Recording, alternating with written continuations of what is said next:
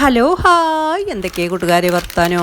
അപ്പോൾ നമ്മളെ നോമ്പൊക്കെ കഴിഞ്ഞ് അപ്പോൾ നമ്മളെ സമൂസൻ്റെ ഷീറ്റും കഴിഞ്ഞ് ഉള്ള ഷീറ്റാണെങ്കിൽ ആ നെരിഞ്ഞിങ്ങാണ്ട് ഓലക്കൊടി പോലെ പൊടി പൊടിയായി വരുന്നുണ്ട്. അപ്പോൾ അതാ നമ്മൾ കത്രിക വെച്ചുകാണ്ട് ആ പൊട്ടി ഇതൊക്കെ ഒന്നുണ്ട് അരിഞ്ഞ് കുരിഞ്ഞുണ്ട് എടുക്കുകയാണ്.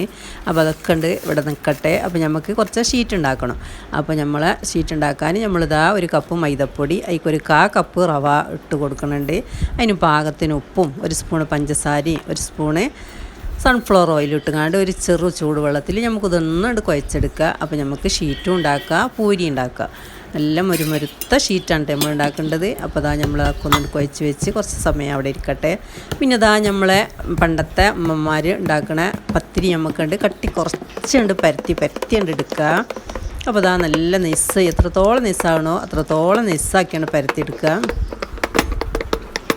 അപ്പം നമുക്ക് ചട്ടിയിൽ വെച്ച് ഒന്നിട്ട് വാട്ടിയെടുക്കണം കേട്ടോ. അങ്ങോട്ടും ഇങ്ങോട്ടും തിരിച്ചു മറിച്ചിട്ട് കണ്ട് ഒറ്റ വാട്ടൽ, അധികം വേവാതെ എടുത്ത് വെക്കുക. എന്നിട്ട് നമുക്ക് ഇതിൻ്റെ അപ്പോൾ നമ്മൾ ഷീറ്റൊക്കെ ഇവിടെ റെഡി ആക്കണേ. അപ്പം ഇനി നമുക്കിത് ഇന്ന് കട്ട് ചെയ്തെടുക്കാം. അപ്പോൾ ഇതാ നമ്മൾ അതിൻ്റെ നടുവൊന്നുണ്ട് കട്ട് ചെയ്യാണ്. അപ്പം ഇങ്ങനെ ഷീറ്റ് ഉണ്ടാക്കിയാലും നമുക്ക് താൽക്കാലികമൊക്കെ ആയിട്ട് നമുക്ക് സമൂസ ഉണ്ടാക്കട്ടെ, നല്ല സമൂസായി കിട്ടും. അപ്പോൾ നമ്മളൊന്ന് മടക്കി നോക്കുകയാണ്.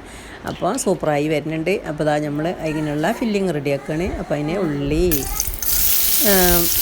ഇഞ്ചി വെള്ളുള്ളി പേസ്റ്റ്, ചിക്കനെല്ലാം കൂടിയിട്ട് എന്നിട്ട് നമ്മൾ റെഡിയാക്കിക്കണ്. അപ്പോൾ നമ്മൾ പൊരിച്ച് കോരി വെച്ച സമൂസൻ്റെ ആ ഷീറ്റിൻ്റെ കഷ്ണങ്ങളുണ്ടല്ലോ അതൊന്ന് ഓയിലിട്ടുണ്ട് കോരി വെച്ചിക്കണേ. അപ്പോൾ ഒന്ന് പൊടിയാക്കി ഇതിൽ ഇട്ട് കൊടുത്തിട്ടുണ്ടെങ്കിൽ നല്ല അടിപൊളി ടേസ്റ്റാണ് കേട്ടോ.